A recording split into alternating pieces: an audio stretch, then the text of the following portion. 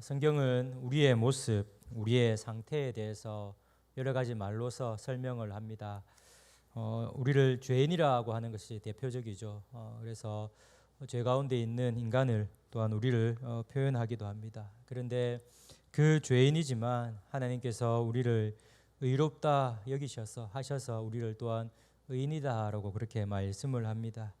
그리고 무엇보다도 예수 그리스도의 십자가 보혈의 공로로 말미암아 우리를 하나님의 자녀 삼아 주셔서 하나님의 자녀다라고 그렇게 표현을 하기도 합니다.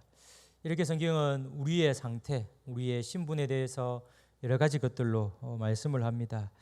오늘 본문에는요, 사도 바울이 고린도 교회 성도들을 향해서 말씀하지만 동일하게 우리의 상태, 우리의 신분, 우리의 모습에 대해서 말씀을 하는데요.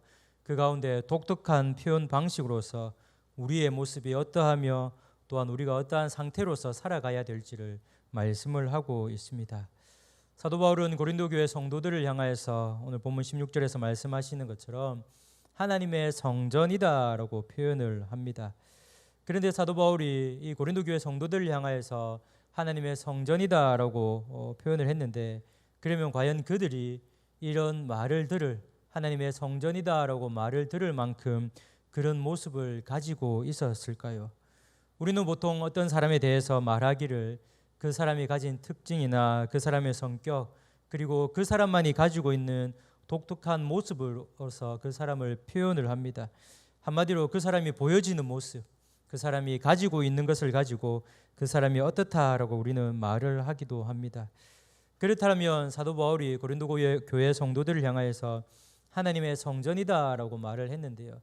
그러면 이 하나님의 성전의 모습이 있었기 때문에 하나님의 성전이다라고 그들을 향해서 말을 했을까요? 원래 생각하기로는 고린도 교회 성도들이 그 하나님의 성전의 모습이 충만하였기 때문에 사도 바울이 이렇게 불렀다라고 우리는 생각할 수도 있습니다. 그러나 실상은 전혀 반대입니다. 고린도 교회 성도들의 모습을 보면요, 하나님의 성전이라고 불릴 만한 그 어떠한 모습도 없는 것을 보게 됩니다. 이 고린도전서 전체의 말씀을 한번 쭉쭉 읽어보시면요, 사도 바울은 고린도 교회와 그리고 성도들의 문제점을 이야기를 하고 그 문제점을 어떻게 풀어가야 할지, 하나님께서 어떤 것을 원하시는지에 대해서 쭉 말씀을 하고 있습니다. 이렇게 교회와 성도들에게 많은 문제점들이 있었던 것을 보게 됩니다. 그리고 고린도전서 3장 3절 말씀을 보시면요, 너희는 아직도 육신에 속한 자로다.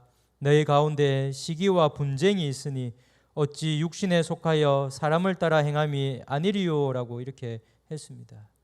예수 그리스도를 만나서 변화된 그 모습으로 살아가며 신앙생활을 하며 교회를 만들어가는 것이 아니라 아직까지 옛 모습, 육신에 속한 그 모습을 가지고 있으면서 시기하고 분쟁하는 모습을 보인다라고 말씀을 하고 있습니다.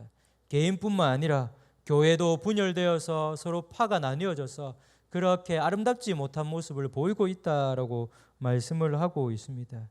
이런 교회와 성도들을 향하여서 하나님의 성전이라고 말을 한 것은 이상하게 생각이 듭니다. 그러나 사도 바울의 이중을 우리는 알아야 합니다. 하나님의 성전의 모습을 가지고 있었기 때문에 이렇게 표현을 한 것이 아니라 그런 모습이 없었기 때문에 하나님의 성전인 것을 알고 하나님의 성전다운 모습으로 그렇게 신앙생활하고 교회를 만들어가라라고 말씀을 하고 있습니다. 예수 그리스도를 알고 믿음으로 말미암아 성도의 모습은 변화되었습니다. 더 이상 세상 것을 추구하고 세상 것을 즐기는 것이 아니라 말씀에 있는 것처럼 하나님의 성전으로 변화되었습니다. 그런데 고린도 교회 성도들은 그것을 알지 못하였기에 여전히 세상적인 모습을 가지고 추구하며 살아갔던 겁니다. 그래서 이제는 바뀌어라. 너희의 모습은 이것이니 바뀐 이 모습으로 살아가야 된다. 믿음 생활, 신앙 생활 해야 된다라고 말을 하고 있습니다. 동일하게 우리에게도 적용되는 말씀입니다.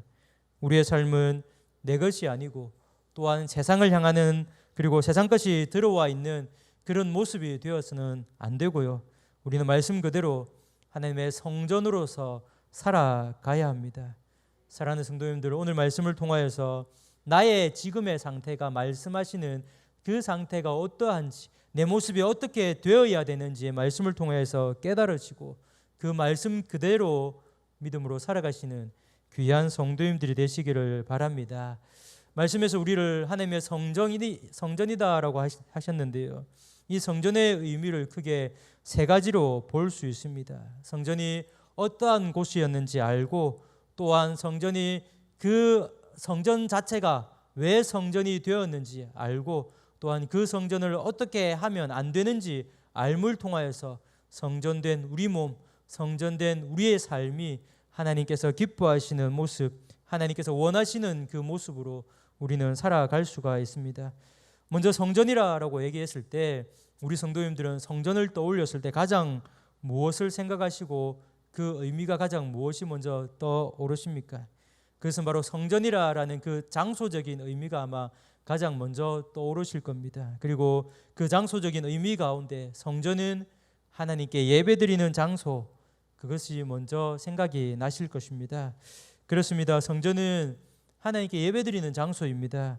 성전 이전에 성막 그리고 성전이 있었는데요. 이 성막과 성전은 동일하게 하나님께 예배하는 그런 장소였습니다. 이 예배를 구약적 의미로 표현을 하면 제사를 드리는 그런 곳이었습니다. 죄를 지은 백성들, 그리고 죄를 짓지 않았지만 소와 양을 가지고 하나님께 드렸고, 때로는 곡식이나 기름을 가지고 하나님께 제사를 드리면서 감사를 올렸던 것이, 그리고 자신의 죄를 회개하고 그 자신의 죄를 고하였던 것이 속죄의 의미로서 장소가 바로 성막, 이 성전이었습니다. 성막이 성전으로 바뀌었고 여전히 같은 모습을 가지고 있었습니다.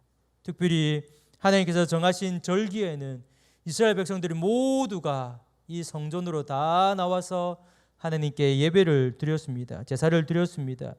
제사를 예배로 바꾸어 말씀을 드린다면 1년에 몇 차례는 반드시 이 성전에 나와서 하나님께 예배를 드렸습니다. 이렇게 성전은 하나님께 예배드리는 특별한 장소였습니다. 그런데 이 장소, 이 성전이 어떻게 되었습니까? 건물의 형태는 파괴되어 없어졌습니다. 성전에서 행하던 그 모든 것들은 이제 다 바뀌었습니다. 원래 동물을 가지고 와서 그렇게 하나님께 제사를 드렸던, 예배를 드렸던 그런 모습조차도 완전히 다 바뀌었습니다. 바로 예수 그리스도로 말미암아 바뀌게 되었습니다. 예수님께서 제물이 되셔서 우리의 죄를 위하여서 직접 죽어 주셨습니다.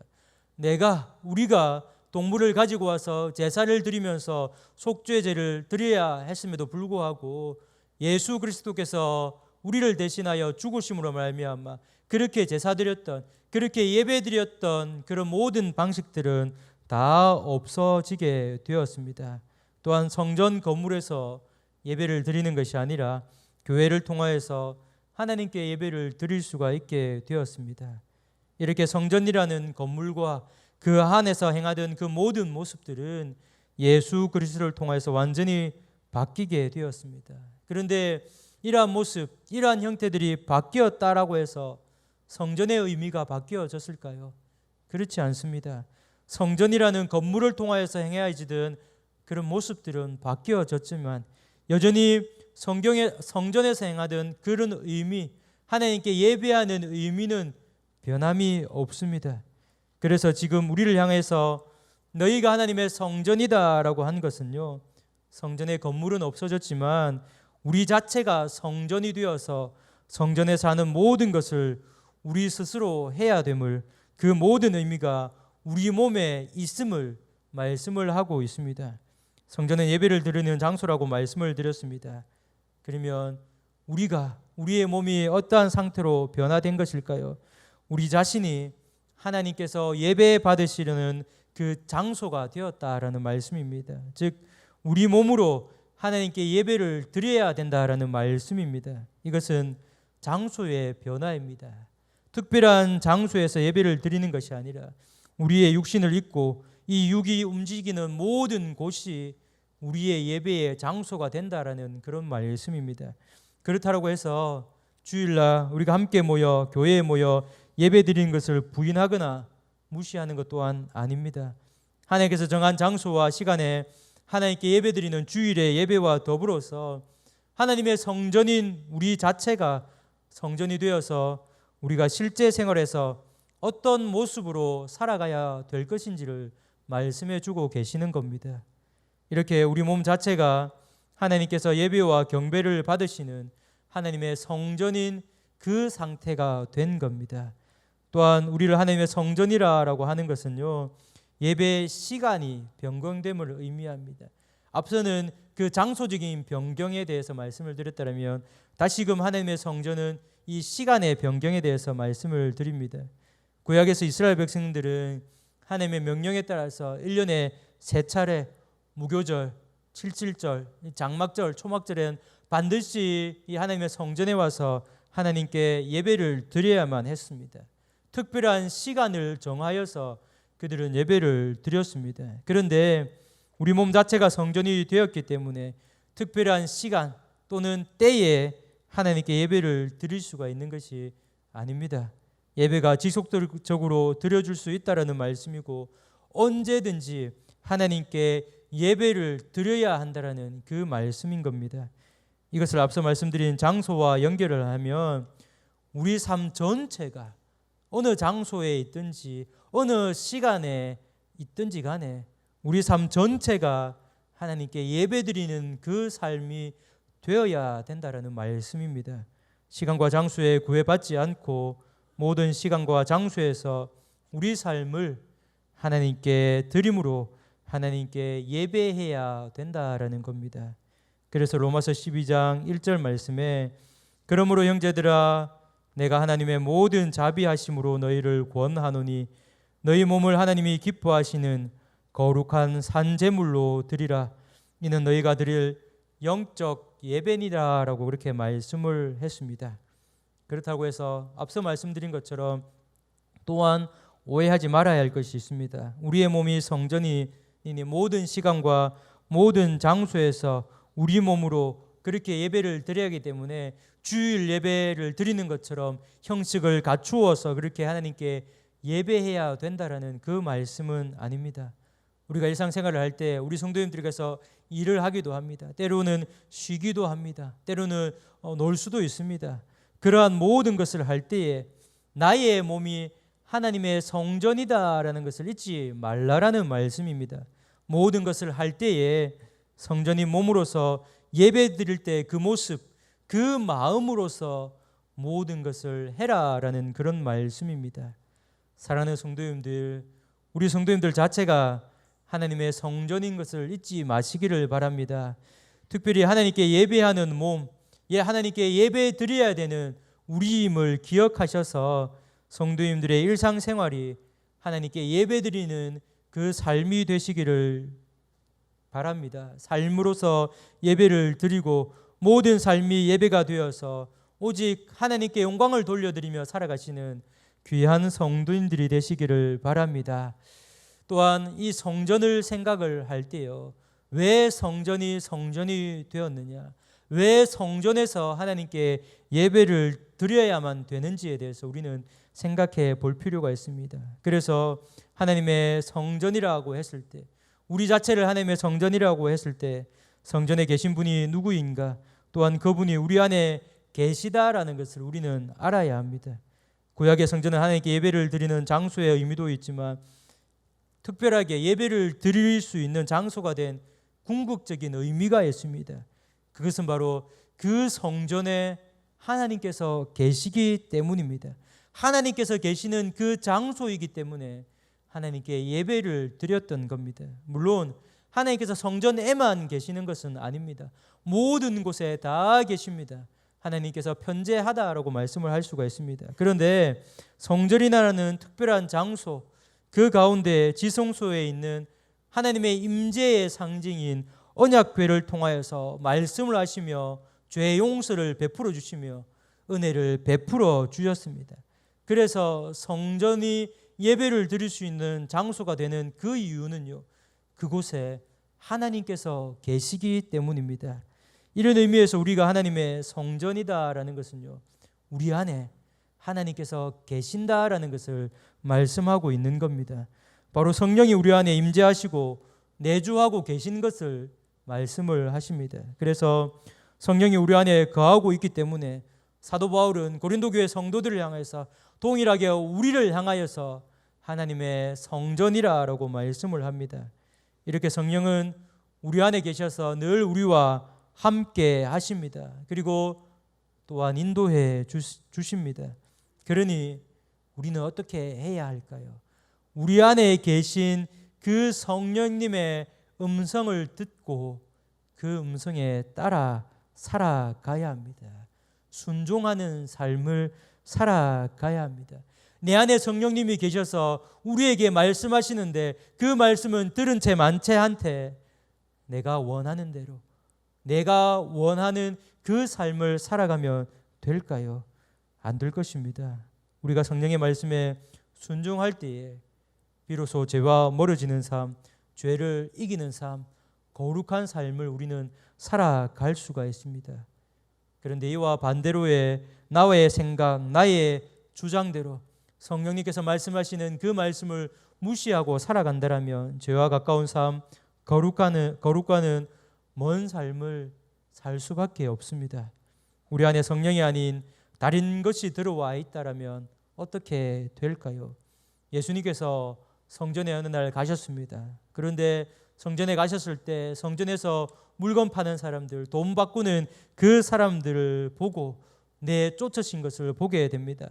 마태복음, 마가복음, 누가복음에서 그 사건이 일어나는데요. 동일하게 우리 예수님께서 말씀하시는 것이 이것입니다.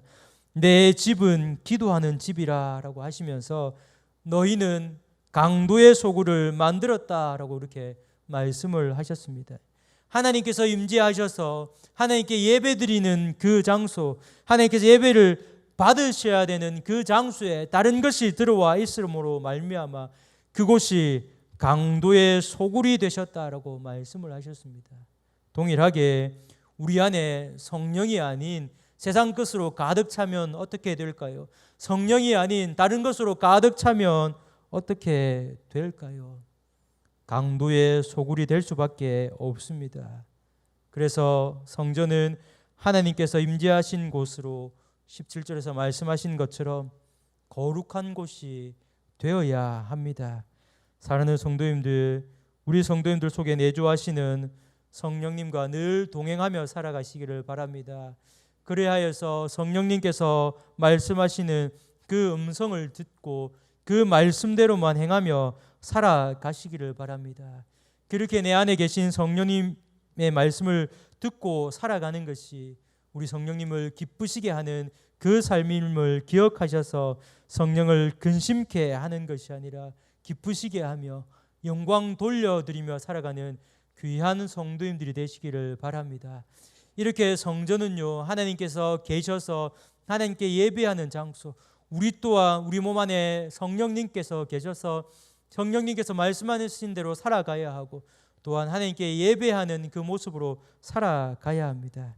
마지막으로 우리가 하나님의 성전이라고 할 때 하나님의 성전을 어떻게 해야 되는지 말씀을 하고 있습니다. 앞서서 말씀드린 예수님께서 성전에 행하시고 그 성전을 향해서 말씀하신, 그리고 우리가 성전이라고 했을 때 우리의 모습이 어떠해야 되는지 말씀을 드렸는데 다시 한 번 더 강조하는 말씀입니다. 17절 말씀입니다. 누구든지 하나님의 성전을 더럽히면 하나님이 그 사람을 멸하시리라라고 말씀을 하셨습니다.